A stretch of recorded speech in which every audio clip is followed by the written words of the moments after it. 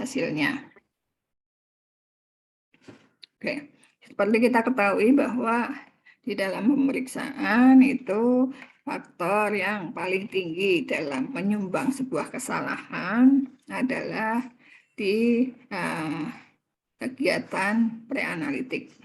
Karena itu pada saat preanalitik harus betul-betul kita cermati agar tidak memberikan sumbangan untuk sebuah hasil yang tidak valid. Nah, adanya hasil tes yang tidak tepat dalam pemeriksaan hemostasis bisa disebabkan keadaan di luar pemeriksaan itu sendiri, terutama dalam proses preanalitik.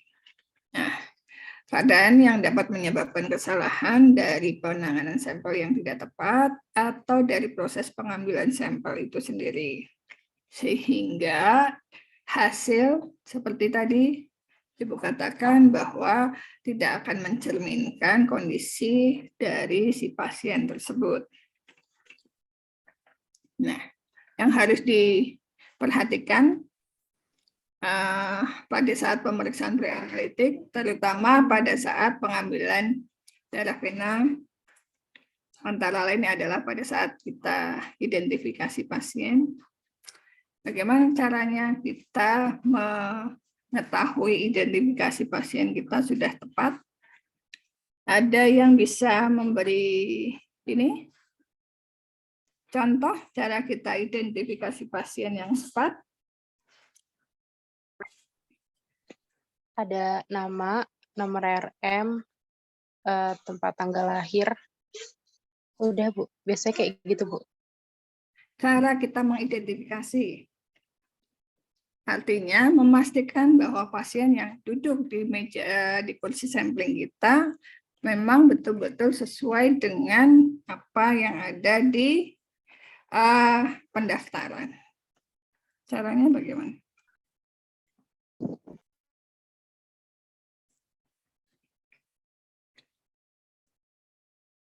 Ada yang belum pernah pemeriksaan di lab?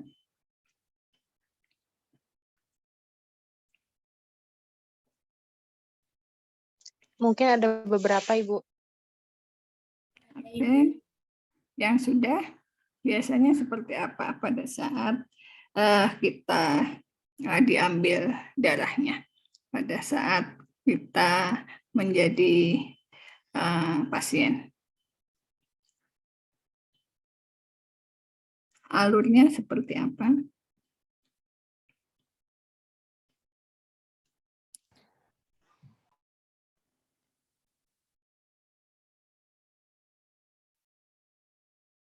Tidak ada yang tahu?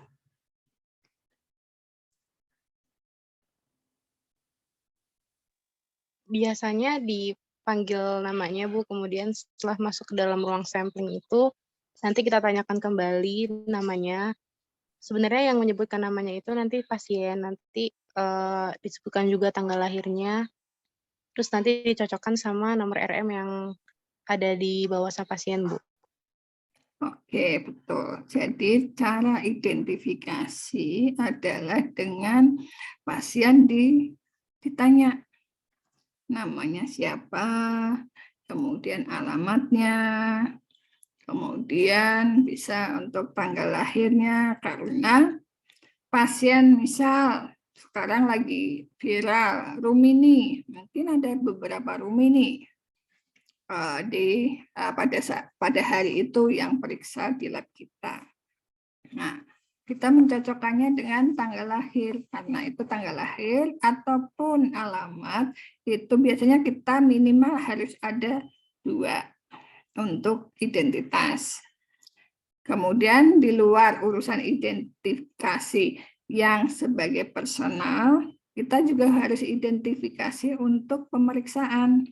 Jadi kita juga harus bertanya, Ibu, periksanya apa saja, supaya pada saat kita memeriksa sampel tidak ada parameter yang tertinggal, karena ternyata ada ketidaksesuaian antara yang ada di lembar permintaan pemeriksaan dengan pembayaran yang dilakukan oleh pasien.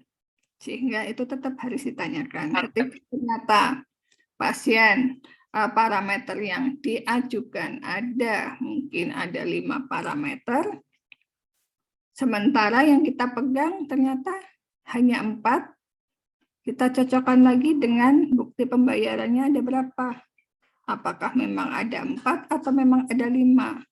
Kalau memang ada 5 kan berarti kita mesti untuk konfirmasi, untuk kita ralat. Itu adalah identifikasi. Jadi identifikasi untuk pasien tidak hanya identitas saja, tetapi juga identifikasi tentang parameter yang diperiksa. Kemudian yang kedua adalah pemilihan lokasi vena. Kita harus mengambil yang venanya harus yang besar, yang mudah untuk kita lakukan fungsi. Karena ketika kita ada ketidaksesuaian antara vena yang kita ambil dengan jarum yang masuk, maka ada kemungkinan kita bisa terjadi lisis, gitu. Atau bisa terjadi kita ada mengambilnya itu bisa gagal atau bisa lebih dari 1 kali. Nah, yang ketiga adalah antikoagulan. Antikoagulan juga sangat berpengaruh. Tentu berbeda antara heparin, EDTA, tentunya ada perbedaannya. Kemudian cara pengambilan. Cara pengambilan contohnya misal, kalau kita mengambil antara spet dengan jarum yang tidak sesuai, tidak pasangannya, kadang-kadang pasien maunya pakai jarum yang kecil saja supaya tidak sakit. Sementara kita mengambilnya pakai spet yang besar. Nah, otomatis antara tekanan dengan aliran yang masuk berbeda. Ada lebih besar tekanan, otomatis itu bisa menyumbang untuk terjadinya lisis. Nah, lisis itu tidak diperbolehkan dalam pemeriksaan. Ada lisis, juga ada ini juga lipemik dan sebagainya.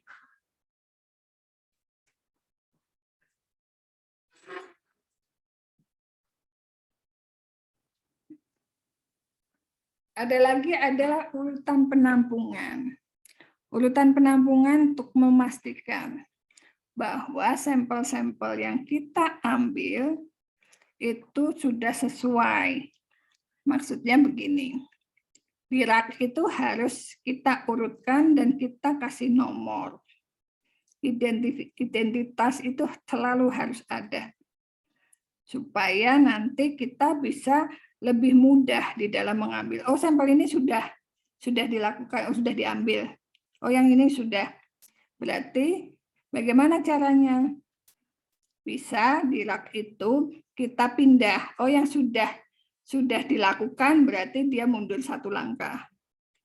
Atau kalau tidak, yang paling depan dikosongin sehingga oh yang ini sudah, begitu dia sudah diambil dia maju satu lubang, maju 1 lubang, begitu seterusnya.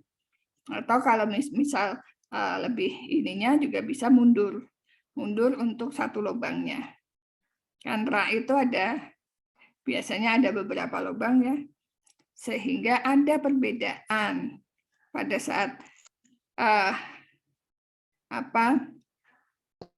tabung yang sudah diambil dengan tabung yang belum diambil itu sudah ada perbedaan, sehingga kita akan lebih mudah untuk melihat urutan mana yang sudah dilakukan pemeriksaan, mana yang belum, sehingga tidak akan terjadi, bukan tidak akan terjadi ya, artinya kita mempersempit untuk terjadinya kekacauan di dalam identitas pasien. Banyak terjadi bahwa teman-teman itu sering melakukan menyederhanakan untuk identitas. Identitas mereka hanya menulis 1, 2, 3, 4 begitu. Padahal identitas itu tetap harus ada nama gitu. Karena ini nanti sesudah kita periksa, maka sisanya itu kan akan kita simpan dulu. Sewaktu-waktu ada komplain dari pasien, kita masih punya sampel yang sebelumnya, sehingga kita bisa uji ulang jika ada komplain gitu dengan sampel yang masih terjaga stabilitasnya gitu. Nah, selanjutnya adalah tentang stabilitas. Stabilitas berbeda cara di dalam sampel-sampel kita dan juga reagen kita itu ada stabilitas. Stabilitas ini juga tergantung pada penyimpanan. Penyimpanan ketika kita tidak melakukan sesuai dengan suhu simpan, maka akan terjadi stabilitas yang berkurang. Atau ketika kita melakukan retowing itu dibekukan, kemudian dicairkan gitu. Nah, biasanya kan sampel itu kita ambil serumnya, kemudian kita bekukan. Itu bisa stabil sampai dengan bisa 1 bulan untuk suhu-suhu tertentu. Atau bisa lebih lama lagi jika kita bekukan dengan suhu yang minus. Nah, pengambilan harus dilakukan oleh tenaga yang terlatih. Kemudian identifikasi dilakukan dengan tepat. Kemudian kita cocokkan, tadi sudah ya, termasuk menyebutkan alamat lengkap, tanggal lahir, atau identifikasinya. Kalau untuk urusan COVID gitu biasanya ada NIK dan sebagainya.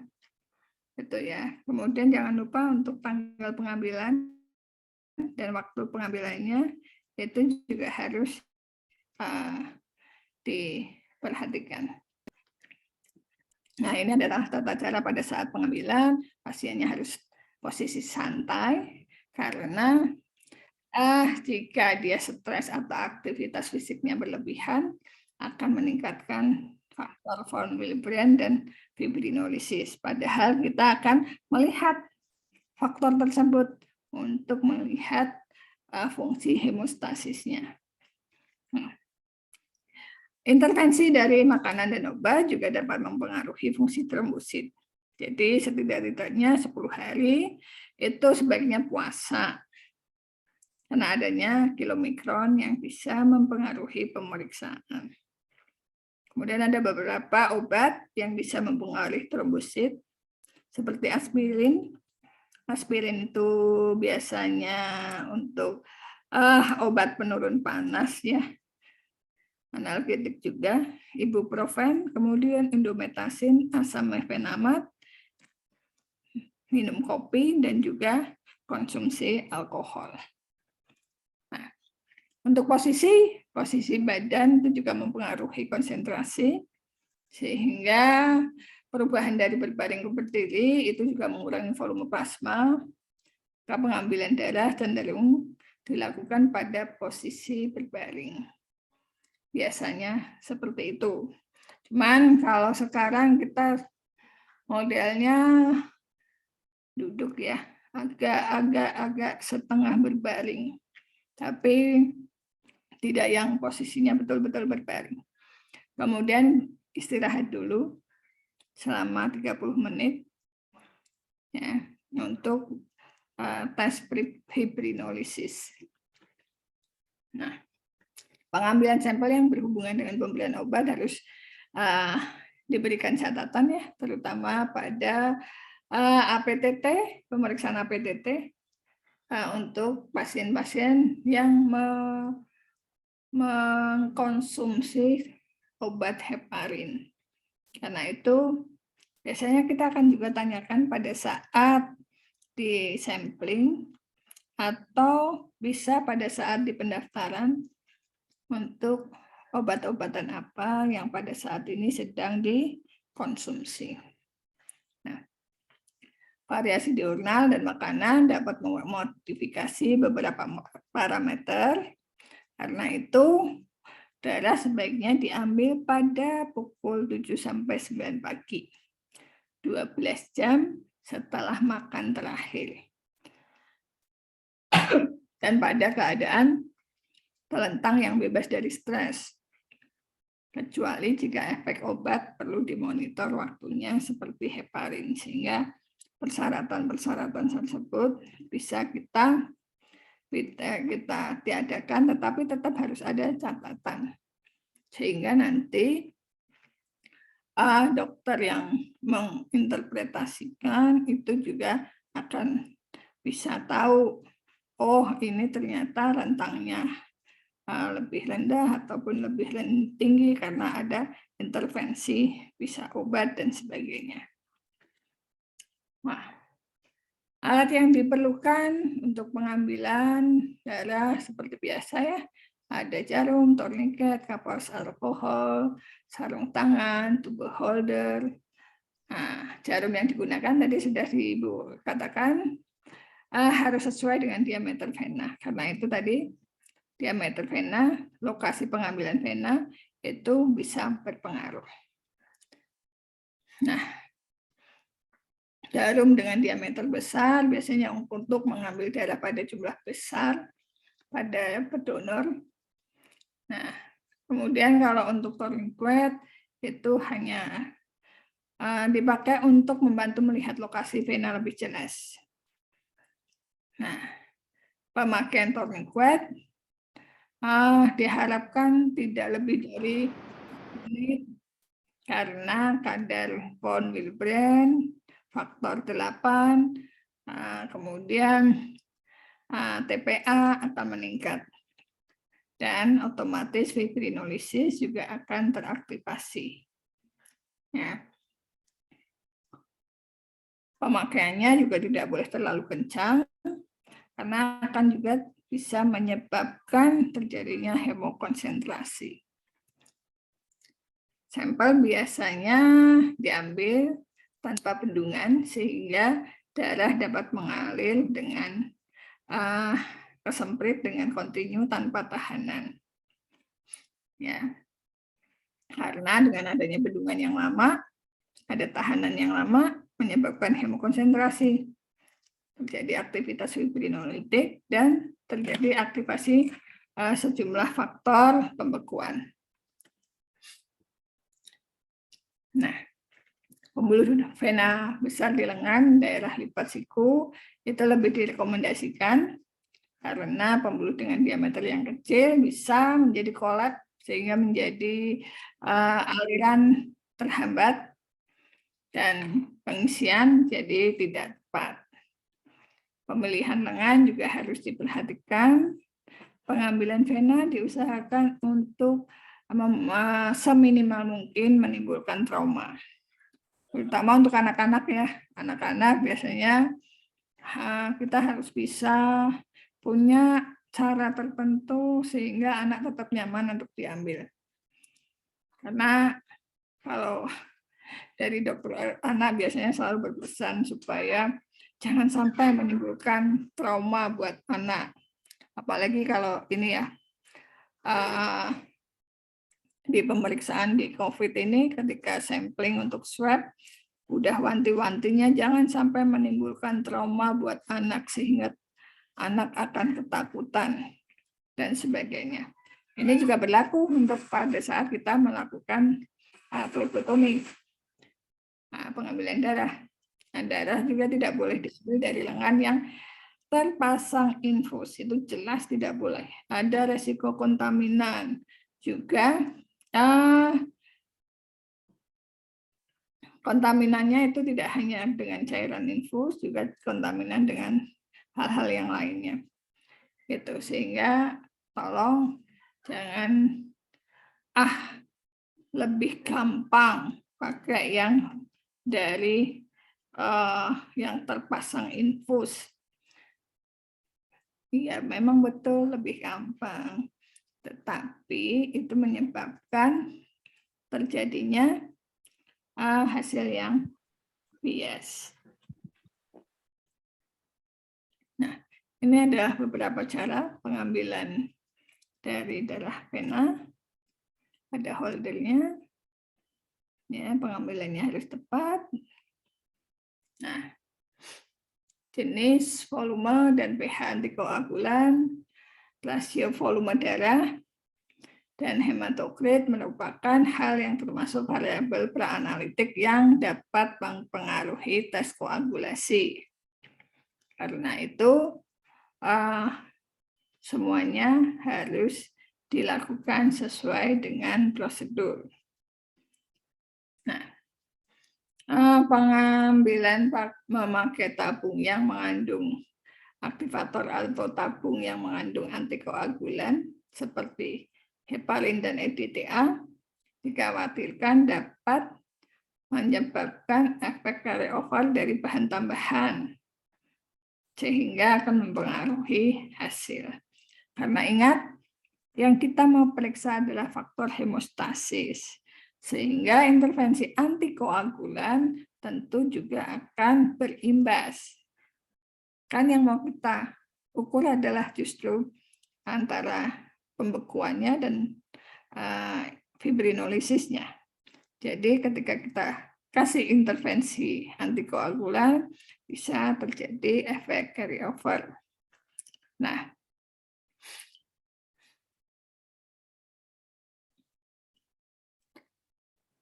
efek ini biasanya meskipun minimal, tetapi tetap ya hasil jadi tidak bisa valid 100%. Karena itu kita harus bisa menjaga bagaimana caranya seminimal mungkin tetap melakukan preanalitik yang benar.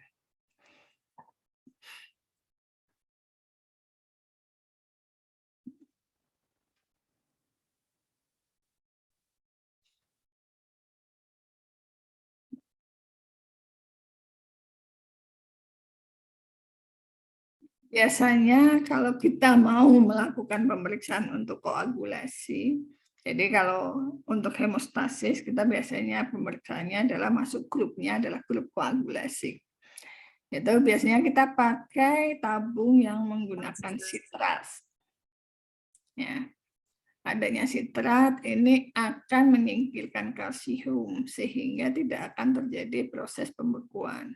Ingat, yang sedang kita ukur adalah faktor hemostasisnya, sehingga hal-hal yang mempengaruhi masalah pembekuan itu harus disingkirkan. Nah, selain itu, ketika kita sudah mendapatkan sampelnya, jangan lupa untuk dilakukan homogenisasi dengan cara kita bolak-balik ya sebanyak bisa kisaran 5-6 kali, tetapi tidak boleh dikocok. Ya. Karena itu akan merusak dari sampel. Bisa terjadi lisis. Yang penting adalah harus homogen. Itu homogen antara darah dengan antikoagulan sitrat tersebut. Ini adalah contoh-contoh gambarnya dan batas-batas untuk terisinya. Segitiga itu, yang hitam itu bagian dari kita untuk menentukan batas dari pengisian. Nah, stabilitas jeda antara sampling dan sentrifugasi itu harus sependek-pendeknya ya. Itu kemudian penyimpanan itu juga harus sesuai. Kemudian untuk pemeriksaan yang lain, untuk disimpan di suhu 2-4 derajat atau 18-24 derajat. Kemudian disentrifugasi dan diperiksa dalam waktu maksimalnya adalah 4 jam.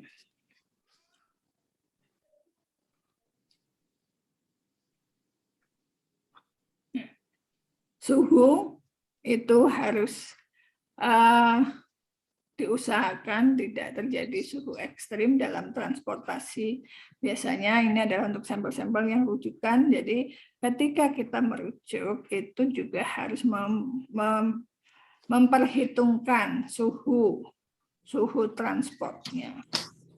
Diusahakan pada saat pemeriksaan itu dilakukan dalam waktu 4 jam sehingga ketika kalian mau periksa atau mau memeriksa atau mendapatkan sampel rujukan, jangan lupa yang tadi bahwa identifikasinya kapan sih diambilnya, tanggalnya, dan juga karena apa? Karena tes harus dilakukan dalam waktu 4 jam. Atau jika kita mau lebih agak panjang, kita bisa dilakukan sentrifugasi dahulu dan plasmanya dibekukan.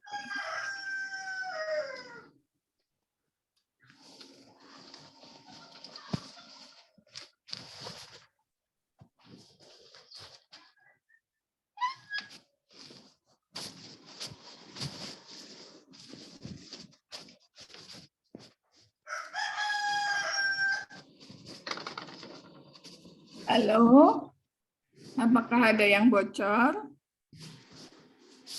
Tolong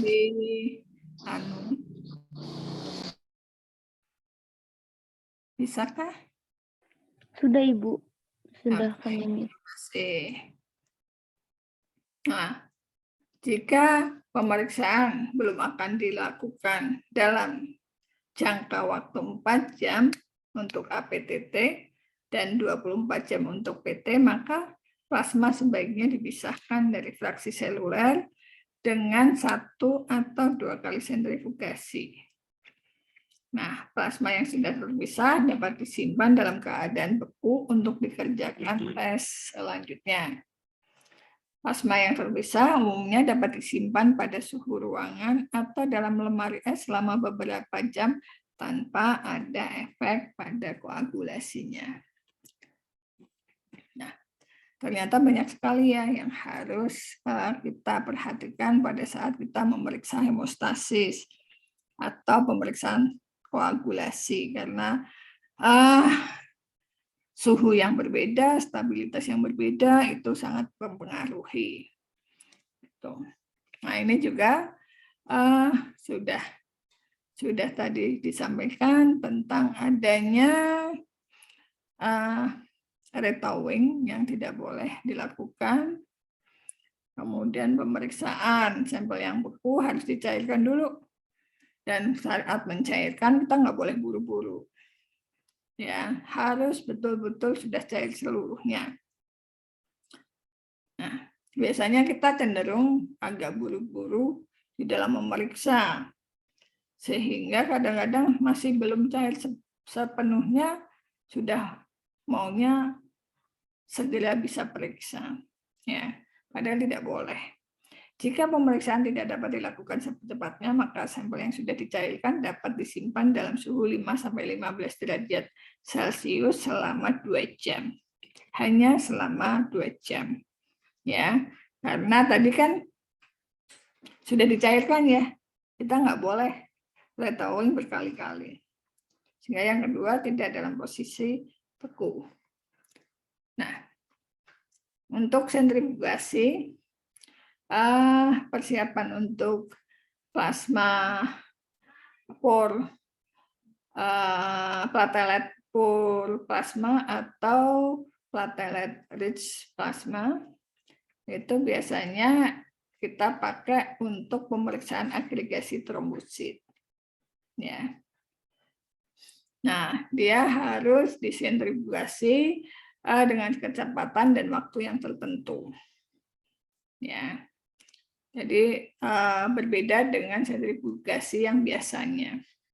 Dan pada saat sentrifugasi biasanya kita pakai rotornya yang model swing out, sehingga akan menghindari pencampuran kembali antara plasma dan trombosit.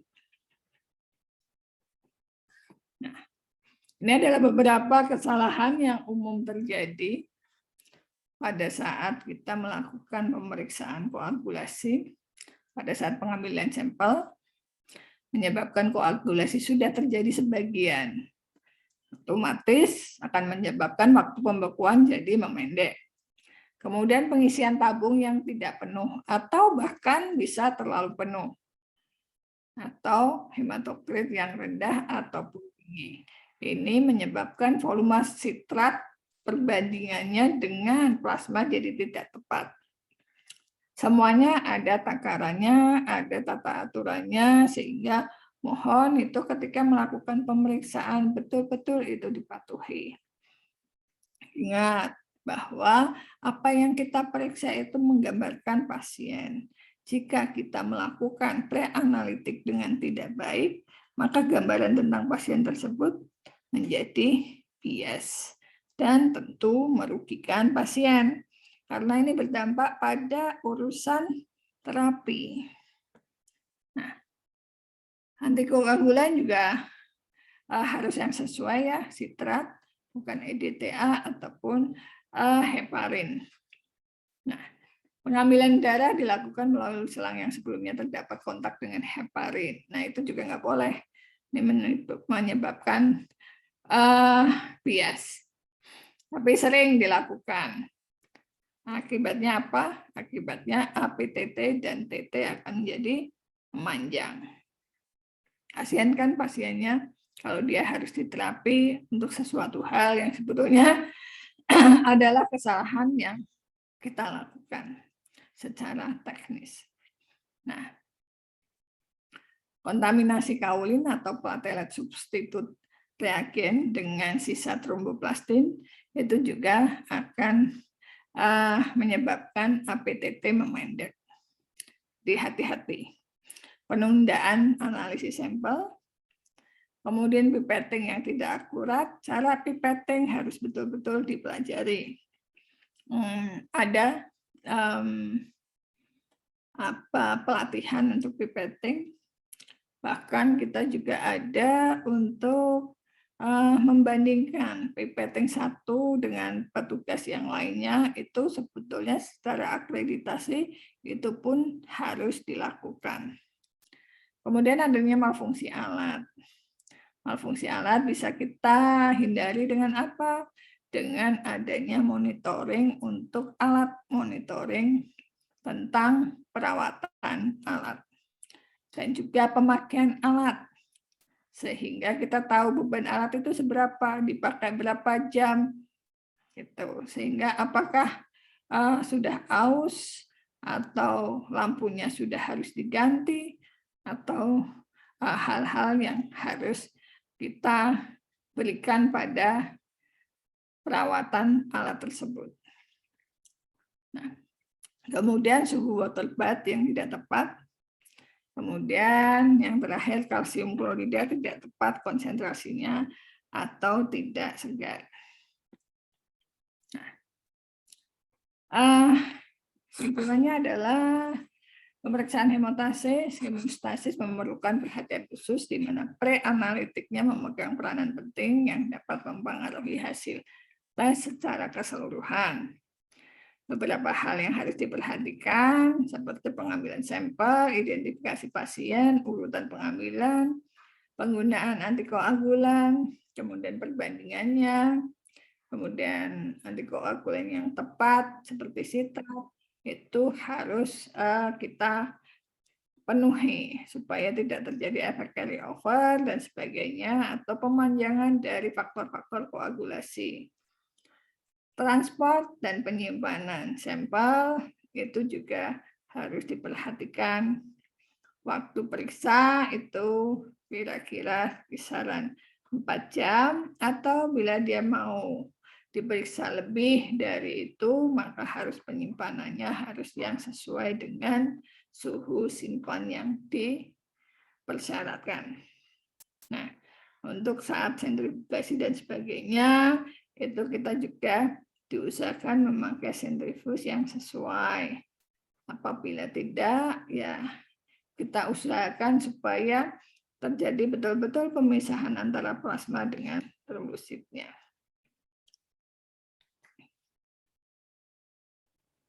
Ada pertanyaan?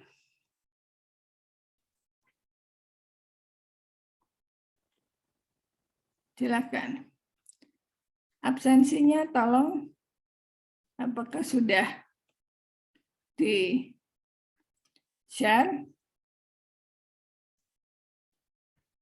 Biasanya absensinya itu manual Ibu oleh countingnya. Tidak Soalnya bisa pakai Google Form? bisa Ibu, Di- jika Ibu menginginkan menggunakan Google Form, nanti kami buatkan Google Form-nya, Bu. Nah, jadi tetap ya ada dua, yang manual dan juga pakai Google Form. Karena kan tidak semuanya ada di Semarang kan? Iya Ibu. Atau semuanya di Semarang? Tidak Ibu, masih di rumah masing-masing. Oke. Oke. Ada pertanyaan? Kalau tidak ada, saya cukupkan. Billahi taufiq wal hidayah. Assalamualaikum warahmatullahi wabarakatuh. Kurang lebihnya mohon maaf. Terima kasih. Waalaikumsalam Waalaikumsalam warahmatullahi warahmatullahi wabarakatuh. wabarakatuh. Terima